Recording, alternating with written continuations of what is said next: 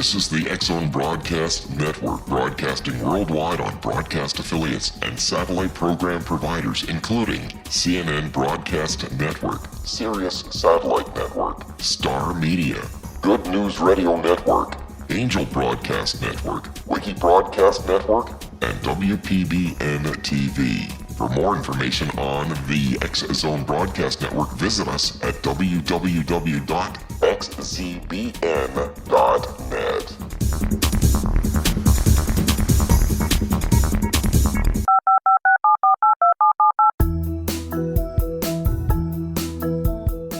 Did you know that when you're on the road with limited data or Wi-Fi, you can still listen to the X-Zone Radio Show with Rob McConnell, The Science of Magic with Gwilda Wiyaka, X-1, Dimension X, Space Patrol, and every minute of the X-Zone Broadcast Network by calling 213-401-0080, courtesy of Audio Now.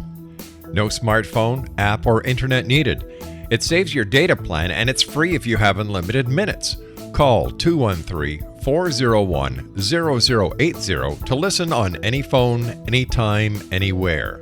Remember 213-401-0080 for the best of the paranormal, parapsychology, and sci-fi radio programming anywhere, 24/7, 365.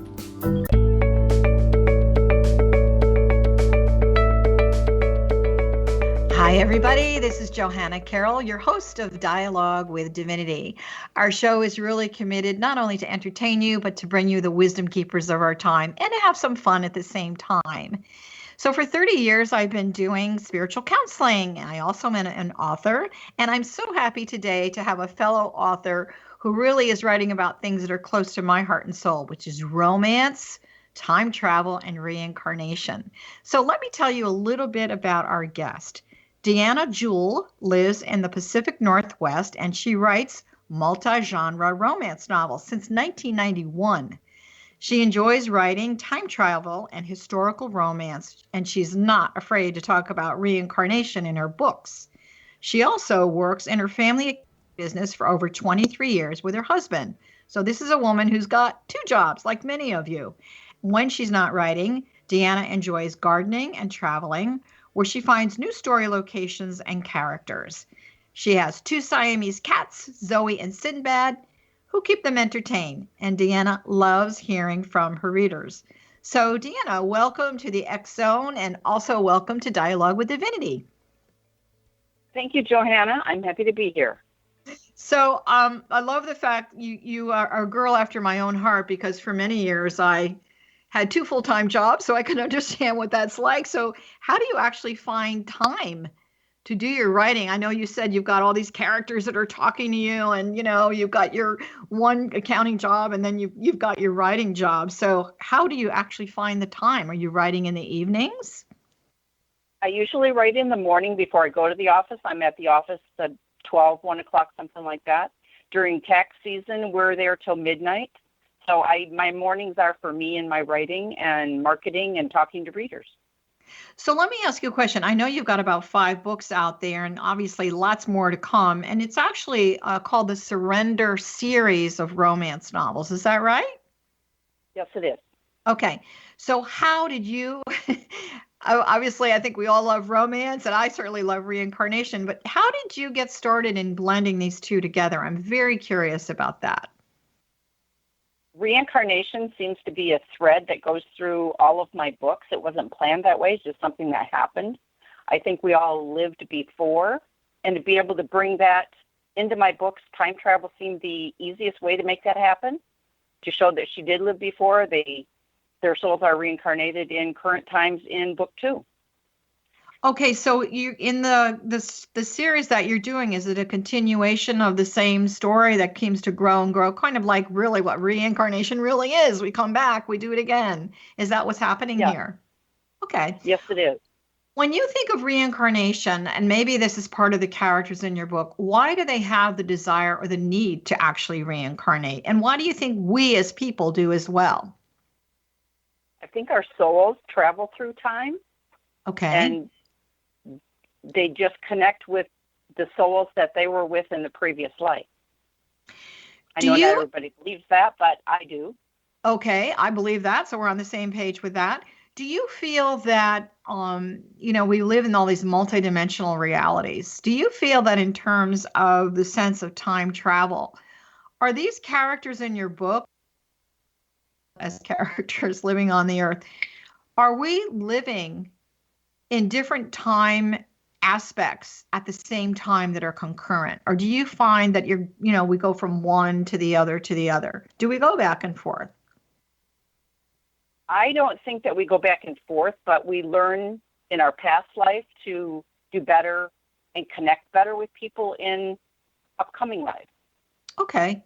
So there's been a lot of talk about past life regression and reincarnation. I know we've been very fortunate to have some wonderful experts in that field on our show, Dialogue with Divinity. When you think about reincarnation and past lives, and then you're creating these characters, how are they talking to you about what they want to bring forth? I mean, is this a continuation of the same story, or are they improving completely in a different time zone?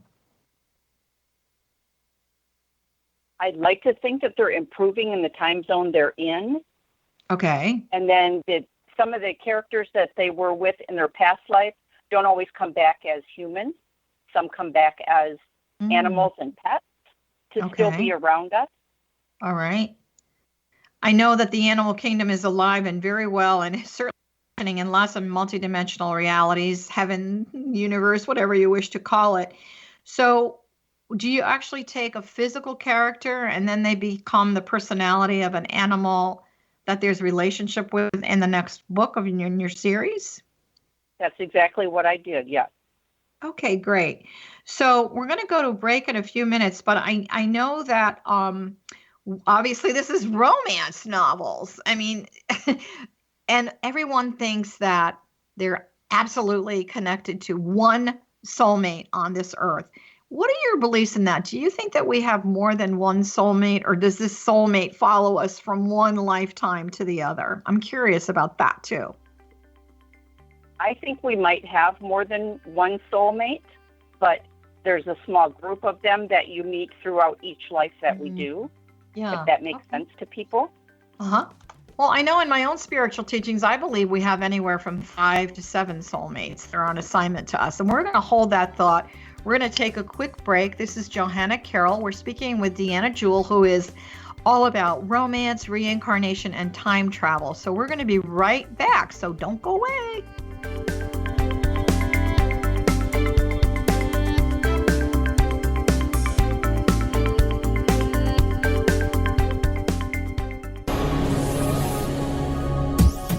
This is the X-Zone Broadcast Network, broadcasting worldwide on broadcast affiliates and satellite program providers, including CNN Broadcast Network, Sirius Satellite Network, Star Media, Good News Radio Network, Angel Broadcast Network, Wiki Broadcast Network, and WPBN TV. For more information on the X-Zone Broadcast Network, visit us at www.xzbn.net.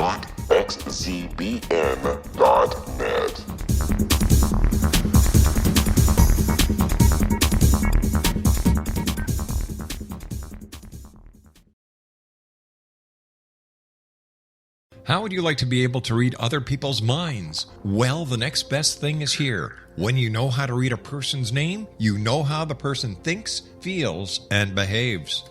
Each letter in our name holds a key to unlock our true essence. Our name contains both our gifts and challenges in this lifetime.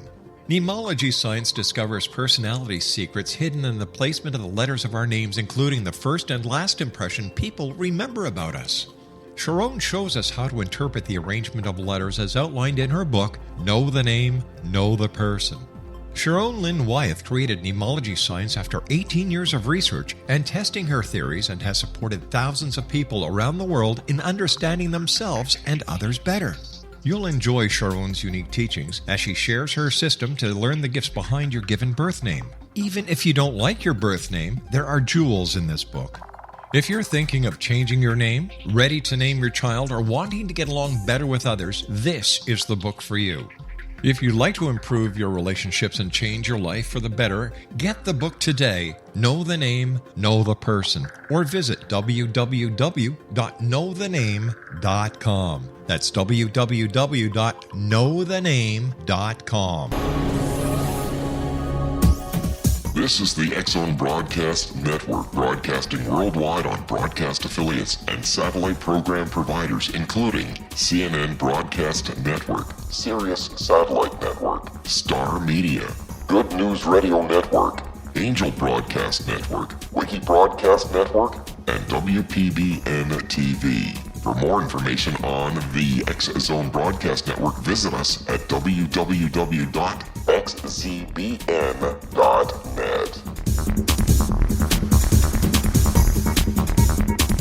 Afterlife expert Roberta Grimes was the first one to say that dying can be fun. Now her best-selling book, The Fun of Dying, is available in stores worldwide. So if you wonder whether death ends life, how it feels to die, or what heaven might be like, The Fun of Dying was written for you. And if you have always been afraid of death, or if you worry that your life has no meaning, let The Fun of Dying ease your fears and bring new meaning to your life. Nothing said in The Fun of Dying is based on the teachings of any religion. Instead, Roberta draws on evidence to explain how death happens, how it feels, and what comes next. A lot of the best death-related evidence was produced in the first half of the 20th century. When it is put together with recent discoveries, it tells a consistent and amazing story. Roberta Grimes blogs and answers questions at robertagrimes.com. Her wonderful book, The Fun of Dying. Hi, everybody. It's Johanna Carroll with Deanna Jewel. We are talking today about romance and reincarnation. You can find all of our information about our shows on my website at johannacarroll.com. And also, please make sure you look at the listing of all of our wonderful hosts at xzbn.net. So, Deanna, welcome back. We were talking about soulmates. This is such a subject. I have so many people over the last 30 years that have called and said, "Who is my soulmate?" Or they felt that they have met someone who they believe is their soulmate, and yet they're sort of a trickster around all of that. So why do you think people are so invested in the discovery of that? Is that going to make them whole again, happy again? What's that journey all about with the soulmate? I'd like to think that it makes you happy again. And in my stories, it happens like deja vu. You feel a kindred spirit with somebody that maybe you hadn't known in the current lifetime. And as you get to know them better, you realize that maybe they are the soulmate that you were connected with in the past because you have a lot in common. I've met a lot of people and certainly spoken to enough people that have said, I think I've met my soulmate. And they've only spent like maybe 5 or 10 minutes. So there is sort of that soul recognition that happens. And my own belief is that when someone shows up in your life that is very familiar, on some level, you are recognizing the reflection of your own divinity. So the mate of your soul obviously starts with you. However, it's very common for people to say, oh my gosh, we love the same movies, the same food. And then after the honeymoon period of 3 months is over, it starts to change. So that instant recognition, deja vu, is it a desire? Or do you think it really is something that can occur for individuals, not just in your books, but in real life too? I'm going to say it does happen in real life because I'm in that situation. And our honeymoon period is long gone, but we're still there. Yeah, you've been married together for 18 years. Okay. So when you first met your husband, did you have a deja vu moment? Did you have a soulmate connection? I think we did. We had so much in common because we met on the internet. It's okay to say. Of course. We had a lot in common in our likes and dislikes. Mm-hmm. We completed each other's sentences before we even met in person. Wow. It was nice. It still works, and we're still happy. We work together, and we're finding more about each other every day. You know, I have to tell you, I was married for the second time about 5 years ago, and I had dated a lot and whatnot, and it wasn't that I was out there, where's my soulmate, because I sort of have a different viewpoint on that. as far as the destiny of the divine. But I do remember that when I did meet my current husband, I knew there was something very unique and different about him. It had nothing to do with his looks or anything like that. But I'll tell you what connected me with him, and maybe you had a similar experience. It was the sound of his voice, the vibration. So, there's that connection of the soul that sort of sends out a signal or a frequency that I think people really need to pay attention to on some level. And so it kind of goes in with one of the things that, we're going to chat about a bit today is finding love a second time. And I know in some of the spiritual teachings that I've studied from some of the great masters, and they really do talk about relationships, they say that, the second time around can be better because hopefully you've learned, your mistakes from the first one. So there's a lot more clarity. So this is a theme that's repeating in your books, and I'm assuming in real life on some level. Why do you think finding love a second time is not necessarily better, but has more longevity to it? What is the reason for that? I think we tend to find somebody that is on our level this time rather than the last time. We're not opposites like my first relationship was. He was one way, I was another, which my husband was in the same situation. And now we don't have that anymore. We're on the same page. We know what's going to happen before it even happens almost. It's just kind of strange. And finding love a second time happens with my characters because their first relationships ended badly and they don't think something can happen better for them, and it does. When you're writing, do you think that, are you personalizing a lot of this? This is coming from your own experience, or are you getting guidance from the other side? Because I know one of the things that you said that when you're in your accounting job during the day, the characters in my head don't like it when I don't write. So where is that really coming, that inspiration coming from you? Is it a combination? It is. The fact first that we can work together, it follows over into my character so that they can do things together, whether it's business or a lifetime or children, family relationships. They're just better connected. And when I'm at work, the people I talk to also create character motivation for me. I bet they do. Do they see themselves in your book sometimes? I try not to tell them that. It's a big trade secret, right? Yes. I think a lot of people feel, whether it's through divorce or death or for whatever the circumstances, if they lose their soul mate, that there's, kind of goes back to that second chance of being able to repeat it or having love again in your life. So if someone's listening and they've kind of given up, or they said, I've had a lot of women who are widows say to me, I'll never have another husband like the one I had. So what's the point in even, thinking about it? If you were to be speaking directly to them right now, what's the advice that you would give them? To keep an open heart, because it's going to happen when you least expect it and you're not even looking for it. That is did that happen to you? Yes, it did. Because I was not looking. I was not interested in getting into another relationship. Mm-hmm. Well, I also think that in the baby boomer generation, I don't know if you're part of that or not, but I certainly am. Yes. There are a lot of women, and I think it's really beautiful. We've been taught to be very independent. We've been taught to speak our own mind, to earn our own money, to have our own careers, et cetera, et cetera, et cetera. So the way I look at a soulmate is that if you're really open and receptive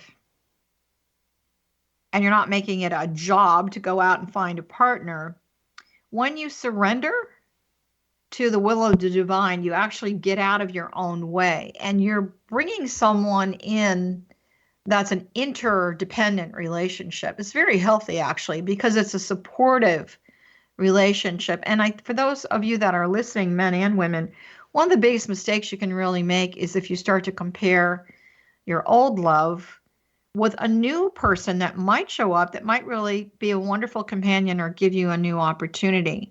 So do you believe, and do you do this when you're building your characters in your books, that there's different kinds of love?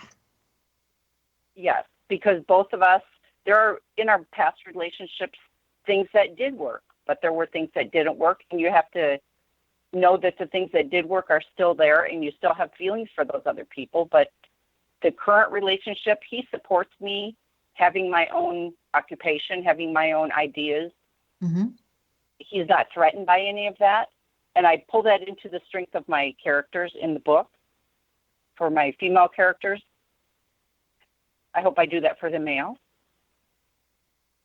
Are you giving the strength of character to the man in a different way in this sort of relevant 2016 world that we're living in right now? How powerful are they as the women, or in what way are they different? They tend to have their own occupations, their own jobs, their own money. They want to be independent, and the men are not threatened by that. Okay. So that means the men within themselves, you're building very powerful characters as well.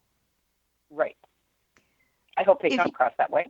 Well, it sounds like they do, because I know you've got an incredible following, and you've been writing since, 1991? I mean, you've been writing for a long time. I know part of your work, we'll talk about it in the next section, and this is really good advice for those of you who have been inspired to do any kind of writing. So, and Deanna really has experienced this, as I have myself, both self-publishing and then publishing with a traditional publisher. But I want to go back to the whole concept of surrender. So there's something mystical and very magical that happens when we let go, let God, let spirit, let the universe, in my language anyway, and get out of our own way. Do you think a lot of women have put so many rules and regulations in their head, and possibly men as well, to be a certain way, look a certain way, do things a certain way? There's a real rigidity that comes with that. In your characters and what you've observed yourself in real life, what kind of flexibility is really needed to be open and receptive, and to really surrender to the will of the divine, so that that soulmate, that divine complement, really can show up? It comes with a mentality that you don't always have to be first or on top or in front of the line or ahead of everybody else.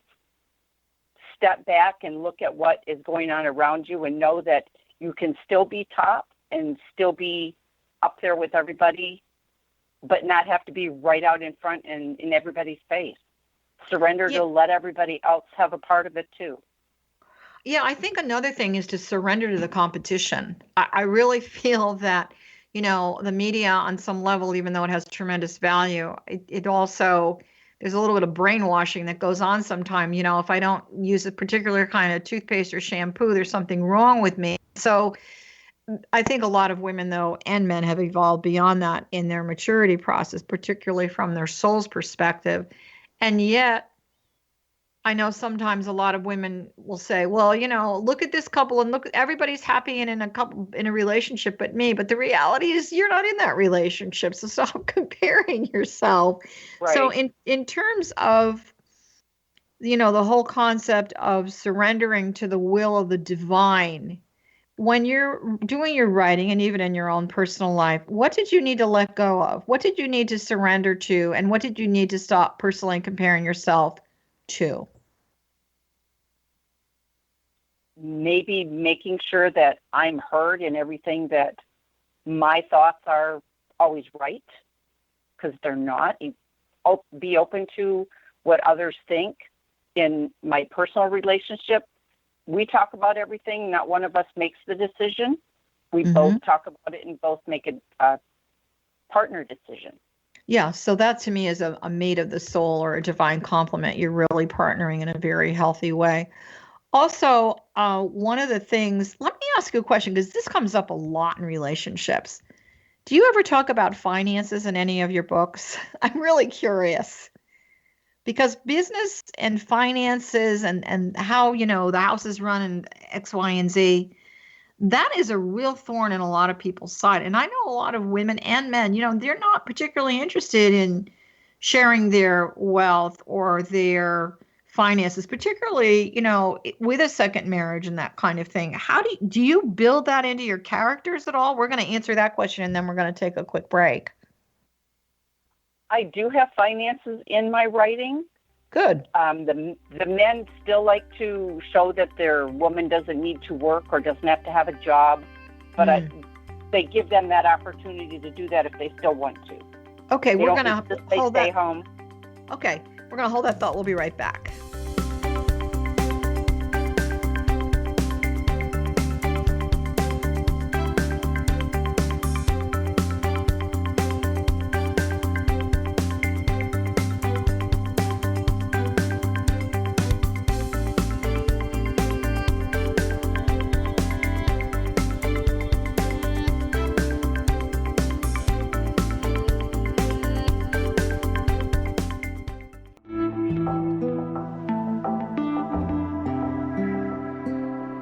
Take a step back in time and discover old Florida cuisine at Marsh Landing Restaurant in Fellsmere, Florida.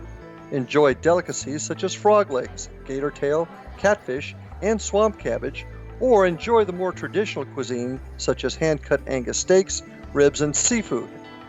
Join us for breakfast with a southern flair featuring sweet potato pancakes, biscuits and gravy, and much more. Planning a party? Marsh Landing's private dining rooms can accommodate groups from 8 to 80 people. While you visit, enjoy the historic pictures, artifacts, and stories that line the walls. Marsh Landing is truly a unique experience. Marsh Landing Restaurant, 44 North Broadway in historic downtown Fellsmere, or visit marshlandingrestaurant.com. Marsh Landing, old Florida cuisine at its best.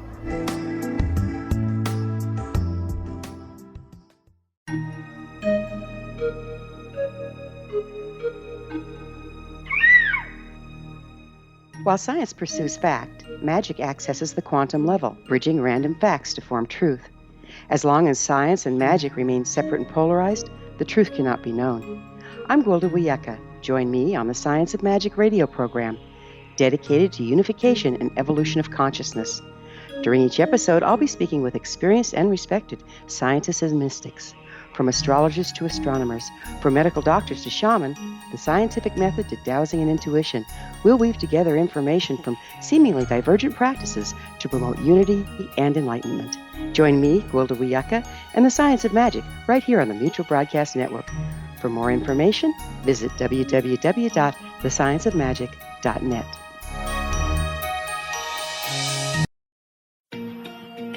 Wouldn't you love to know the secret to everything? Well then, meet Dr. Kimberly McGeorge and her cutting-edge breakthrough knowledge that combines science with possibility. Dr. Kimberly brings real-life answers and healing to those open to alternative solutions. She teaches solution-based programs and classes that will change all areas of your life forever. Specializing in conscious creation, intuitive readings, and energy medicine, you can rapidly shift health, relationships, business, and money and abundance challenges quickly. Receive her best-selling book, Secret to Everything, at no cost by going to secrettoeverything.com/X-Zone. That's right, transformation can start now. Just go to secrettoeverything.com/X-Zone and receive Dr. Kimberly's book for free. Afterlife expert Roberta Grimes was the first one to say that dying can be fun. Now her best-selling book, The Fun of Dying, is available in stores worldwide. So if you wonder whether death ends life, how it feels to die, or what heaven might be like, The Fun of Dying was written for you. And if you have always been afraid of death, or if you worry that your life has no meaning, let The Fun of Dying ease your fears and bring new meaning to your life. Nothing said in The Fun of Dying is based on the teachings of any religion. Instead, Roberta draws on evidence to explain how death happens, how it feels, and what comes next.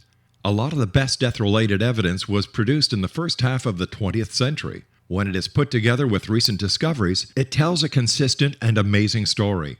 Roberta Grimes blogs and answers questions at robertagrimes.com. Her wonderful book, The Fun of Dying.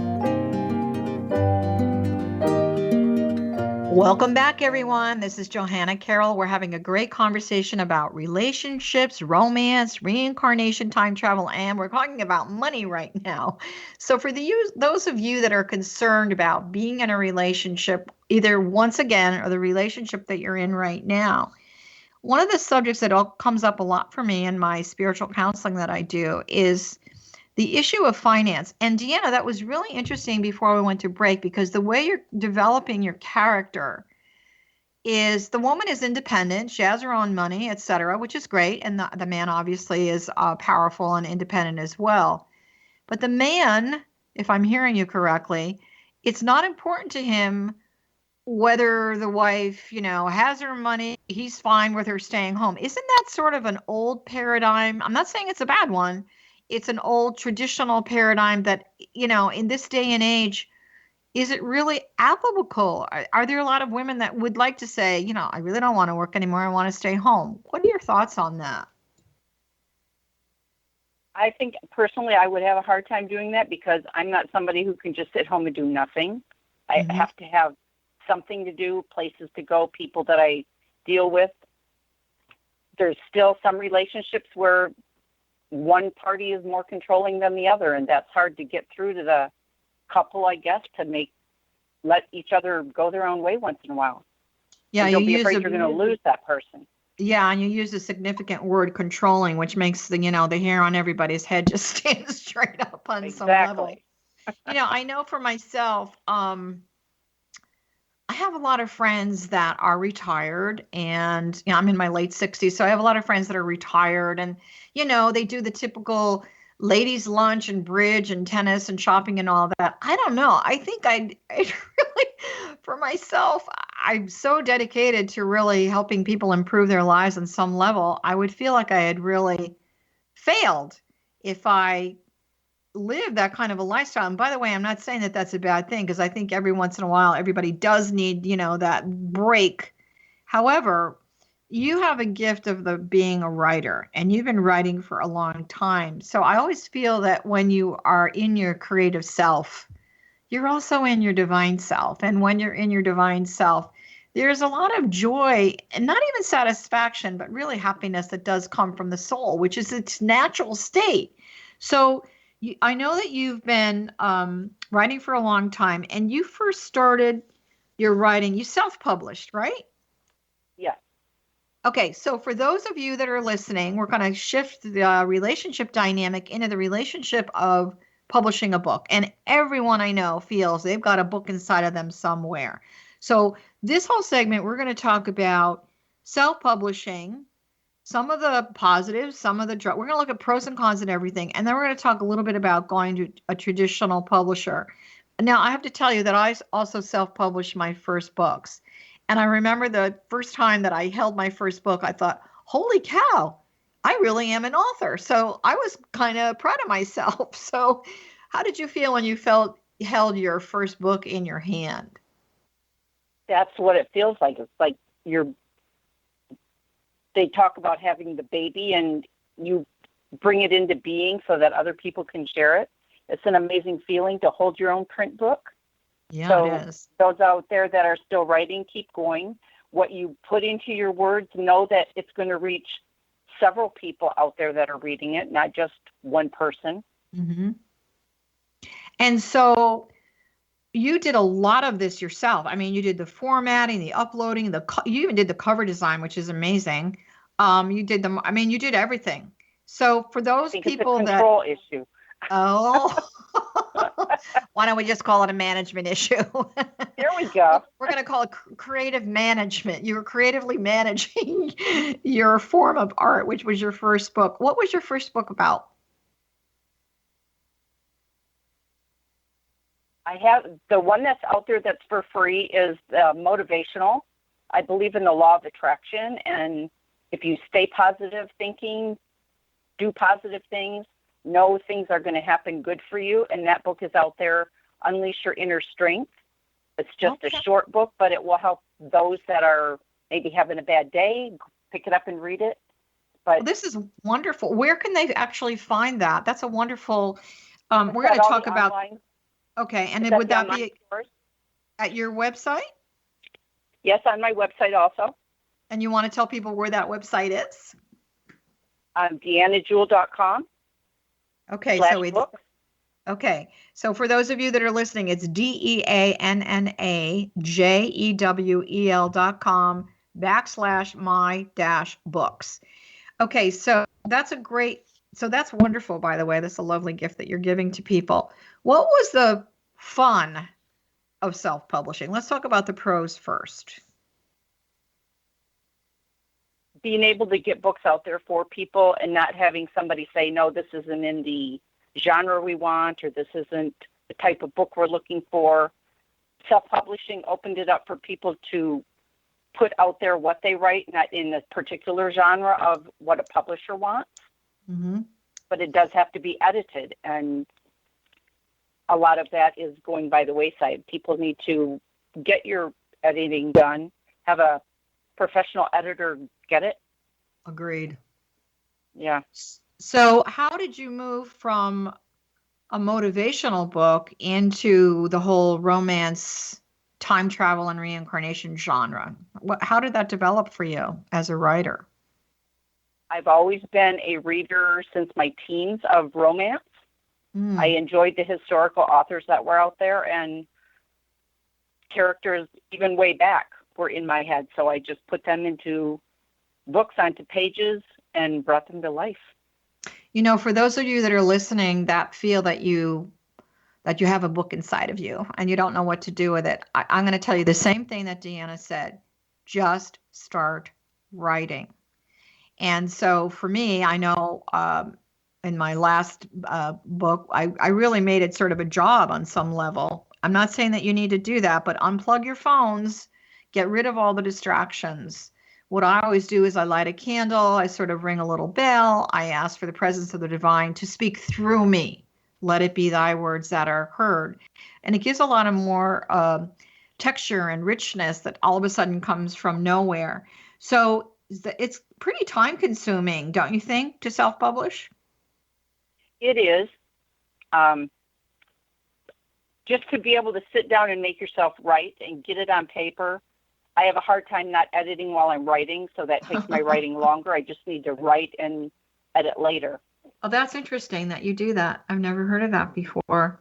And so what do you think? So I have to say, I guess we agree that the pros of being self-published is nobody's, putting a noose around your neck. There are no management control issues. You're managing your time and the creative flow yourself. What do you think the drawbacks are, though, of being self-published? Because I certainly know what my opinion is, but I'd like to hear yours. To, I guess, reach more people. The traditional publishers have a larger area that they can get your book to more readers. Being self-published, there is not as many places that you can know where to put your books. The other thing that I think people need to be aware of is that my publisher told me that the major distribution houses, it's really a whole business. For those of you that want to write, go ahead and just start writing. But when you have a little downtime, do a little bit of research on how this really works. So if you really want more exposure and you want more people to read your books, first of all, I want to tell you one thing. Stop thinking from the get-go that this book is going to make you a mega millionaire. I'm not saying that you can't be successful, but again, we were talking about the law of attraction and intention.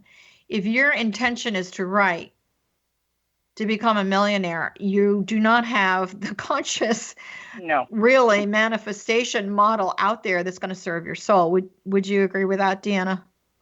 Exactly. Yeah. So here's the thing. In the traditional publishing world, books are distributed through distribution houses. Distribution houses stay away from self-published books. As we can well imagine, there's millions and gazillions of them out there, that they're not good and valuable. But you're not doing yourself a service on some level to go the full self-publishing route. It doesn't mean you can't sit and write and be creative and just let it flow out of you.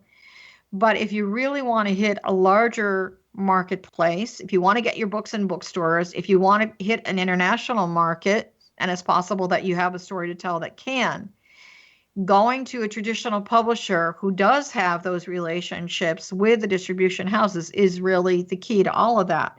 So when you are writing now, you are writing through and being distributed through a traditional publisher. Is that correct?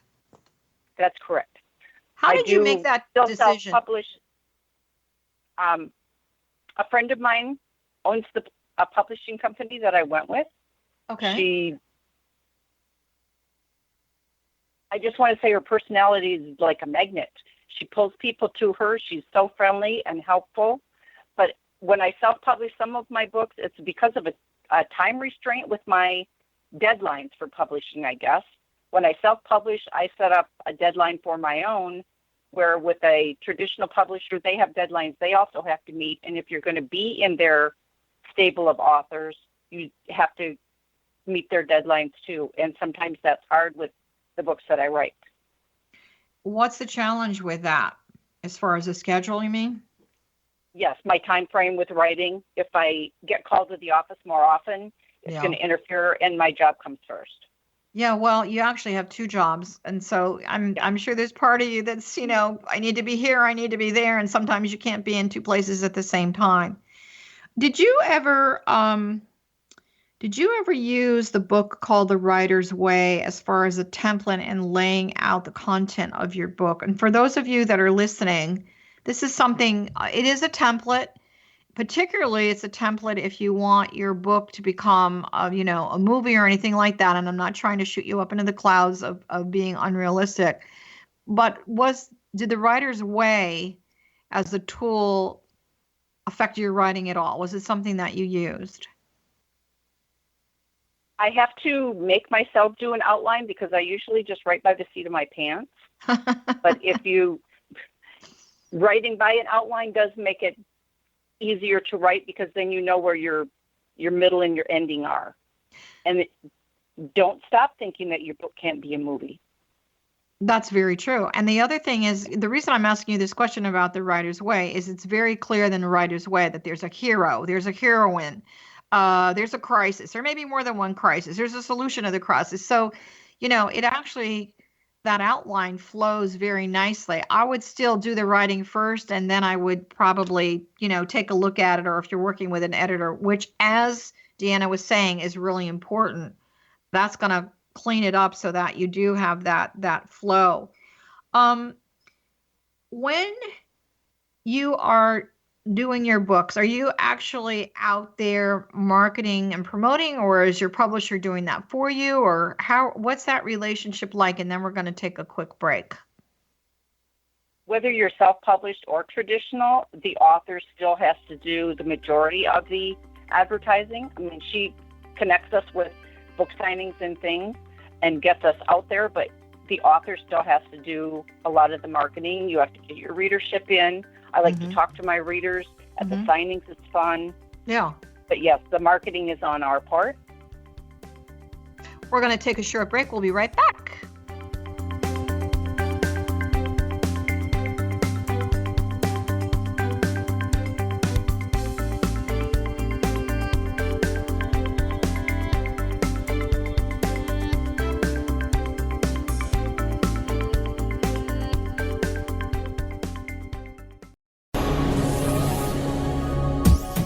This is the X-Zone Broadcast Network, broadcasting worldwide on broadcast affiliates and satellite program providers, including CNN Broadcast Network, Sirius Satellite Network, Star Media, Good News Radio Network, Angel Broadcast Network, Wiki Broadcast Network, and WPBN TV. For more information on the X-Zone Broadcast Network, visit us at www.xzbn.net.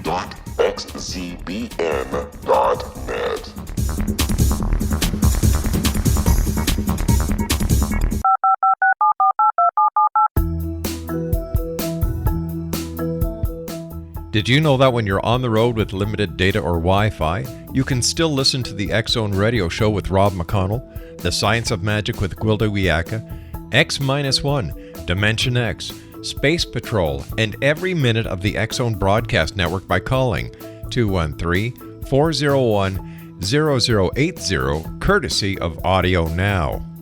No smartphone, app, or internet needed. It saves your data plan, and it's free if you have unlimited minutes. Call 213 213-401-0080 to listen on any phone, anytime, anywhere. Remember 213-401-0080 for the best of the paranormal, parapsychology, and sci-fi radio programming anywhere, 24/7, 365.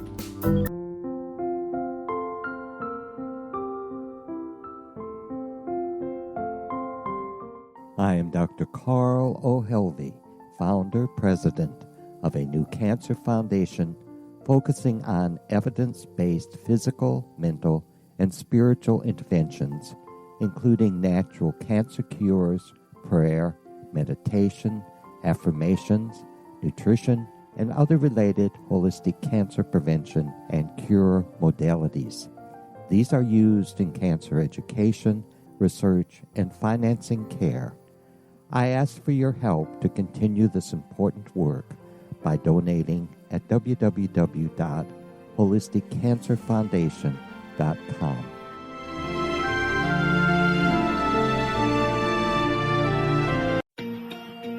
Wouldn't you love to know the secret to everything?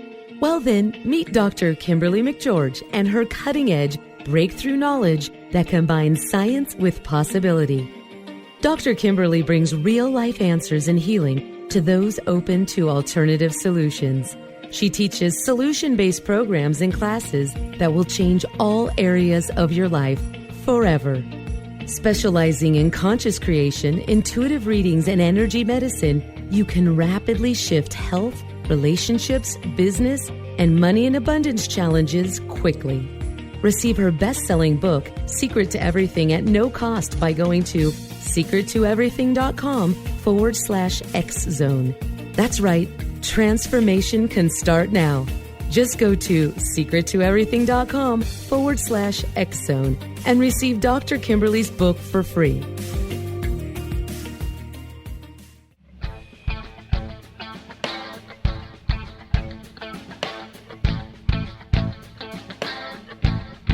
What Happened in Benghazi is revealed by Nicholas Genix, author of Obama, Islam, and Benghazi. He informs the American people that President Obama deceived them by advocating a strong foreign policy prior to the 2012 presidential election, and Hillary Clinton supported this deception. As the title infers, there is a connection between Obama, Islam, and Benghazi. Ample evidence informs Americans that Obama's early indoctrination in the Quran developed an affinity for Islam, why the Quran is the source of discontent in many countries, and why the Obama foreign policy deception led to poor military action and caused the loss of American lives in Benghazi. Genix provides 36 questions for the Select Committee on Benghazi to validate if Americans are justified to mistrust President Obama and Hillary Clinton. An overview of Obama, Islam, and Benghazi is presented on the website www.futureofgodamen.com. That's www.futureofgodamen.com. Hi, this is Johanna, and we are back, and we are continuing the conversation, the dialogue with Divinity, with our wonderful author of romance stories, everyone's favorite subject, love, with Deanna Jewel. Deanna, before we went to break, we were talking about, setting the time aside. I think I've talked to so many people that they've been writing for like 100 years, but they've never really actually done anything with it. So for those of you that are listening, I just want you to know, writing for the sake of writing in any kind of a journal, first of all, it's very therapeutic on some level. So understand that the minute you put pen to paper or your hands on that computer, there is a form of a healing that's really happening. Deanna, when you started to write, was there any kind of significant thing going on in your life that really, did your writing get you through to another level? Was there a healing component for you? It did. I was having a lot of back issues, so I was down a lot and I couldn't get out. Writing was just the next step that went along with my reading. Do you feel that when you were doing your writing, I mean, I hate to sound ridiculous, but did your back, your back metaphysically represents the things in the past that kind of follow you around? Did things improve for you when you were in the creative space? Like I always say, when you're in the creative space, you're in the divine space. what changed for you either in your life or your body, your mind, or your spirit? Writing helps take my mind off of what's going on in my body sometimes because I just get into the characters. So it helps heal. Yes. And I wrote for 8 or 10 years before I even got it published. That's interesting. I have to tell you, my first book took me 5 years. My last book took me 4 months. I'm obviously making progress on some level, which is good. So it's a cathartic thing. And, you know, I love to read as well. I grew up with parents that were always reading something. And, you know, I actually try to read about 40 books a year. So there's two ways of looking at reading. Sometimes I feel like I'm observing the story, and sometimes I feel like I'm actually in the story. How do you draw the reader in so that they feel like they're walking right beside your character? Is there a trick that you're using? I hopefully make my characters be able to have all readers relate to them on some level. They can't be perfect. They can't have a lot of inner scars that make them not a real character, but all readers should be able to connect with my characters on some level as they read through the stories. Well, I like the fact that, you know, first of all, I love the fact that it's historical, romance, reincarnation, and all of that. But what I really love more than anything about your books is they're relatable, because you're not creating such a fantasy land that you're programming people to think the only kind of love that's really going to work is perfection. So there's some flaws in your characters, which I really, really like. In terms of your character development as you're going on and on, what is the repeated theme? I mean, there's a lot. There's reincarnation. We've known each other before. Is there a goal, or is there a teaching to the story, I guess is what I'm saying. I think I have to go back to knowing that there's somebody else out there for you. If you've lost a love before, don't give up. Just know, it's not going to happen if you always look for it either. It happens so one when of the you're not looking.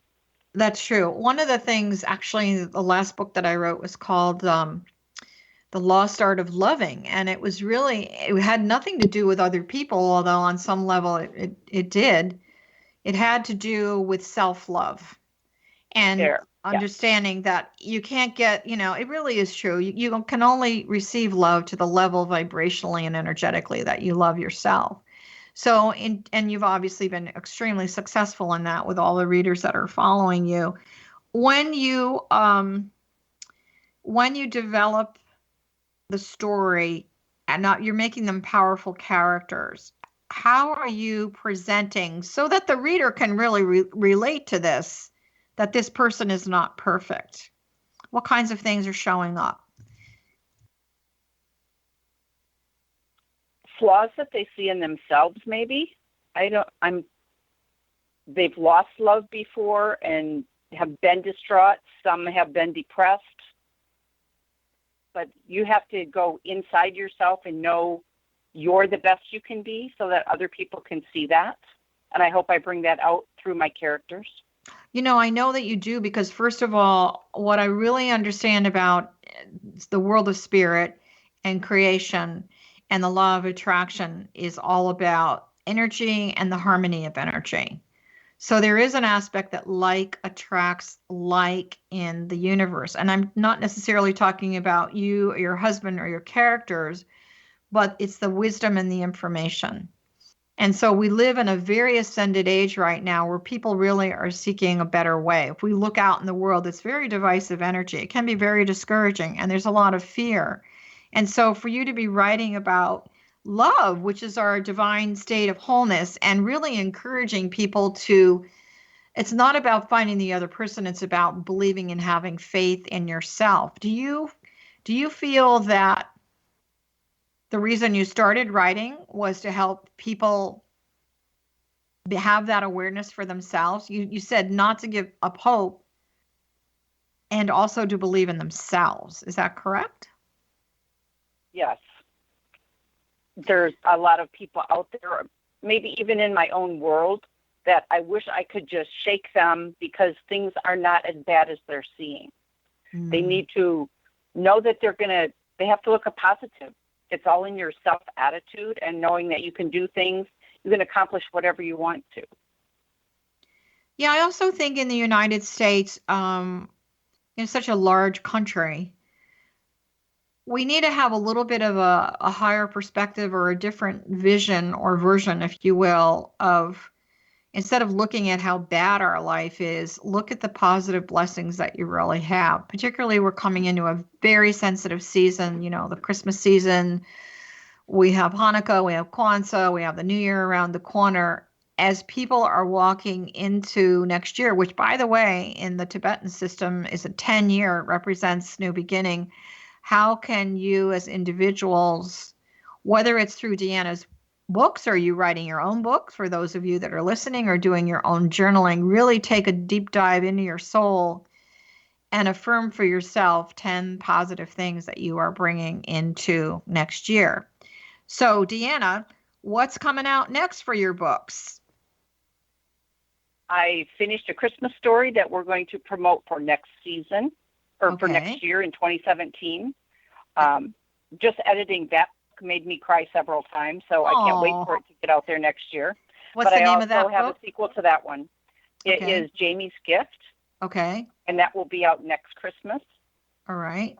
And I'll have a sequel to that. I'm working on the sequel for Never Surrender so that the characters are in present time. Never Surrender was in the past. So I can't wait to get that finished. It's almost done. Great. And that's called Final Surrender, isn't it? Correct. Okay. Now, I know that you have a holiday package that you are offering for your readers, or for those of you that have never read any of Deanna's books before. Can you tell everyone a little bit about your holiday package? That is No Turning Back and Whispers at Ghost Point. I didn't intend the characters in both books to be connected, but because of my reincarnation and second love in the romances, I made them the same people in the second story in different aspects. Great. If that makes sense. So you got a continuation of the same story. So we want to thank Deanna Jewel. And for those of you that are listening, again, you can find all of her work and more information about what she's doing, including her special holiday package that she's offering as a last minute gift for people. It's a great idea at DeannaJewel.com. That's DeannaJewel.com. We really want to thank you for, I love this whole concept of time travel, reincarnation, romance. It's like all the goodies rolled into one book or series of books. So thank you so much for joining us today. And we wish you great success. And you have to come back and tell us when you're getting ready to launch your next books. Love to have you again. Thank you so much, Johanna. I've had a great time today. And thank you, readers. Oh, anytime. Merry Christmas.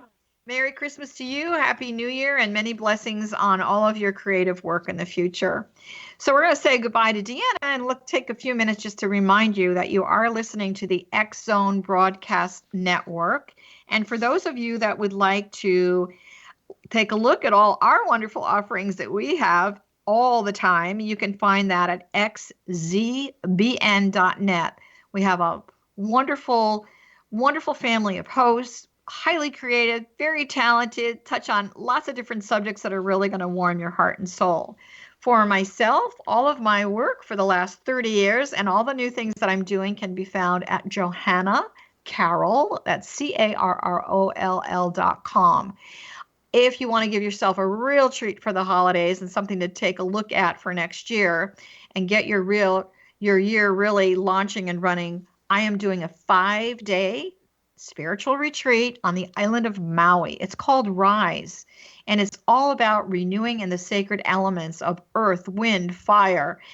And I can't remember the last two. Water, everything that Maui has to offer you. So we're staying in a fabulous resort. I encourage you to check that out. If you ever thought you want to develop your intuition, check out my Get Psyched training class. Also, want to wish you a vibrant, highly creative, divine connection for the holiday season. And as usual, I'm sending your heart a big hug. And I thank you so much for joining us on Dialogue with Divinity. And we will see you soon. Bye for now.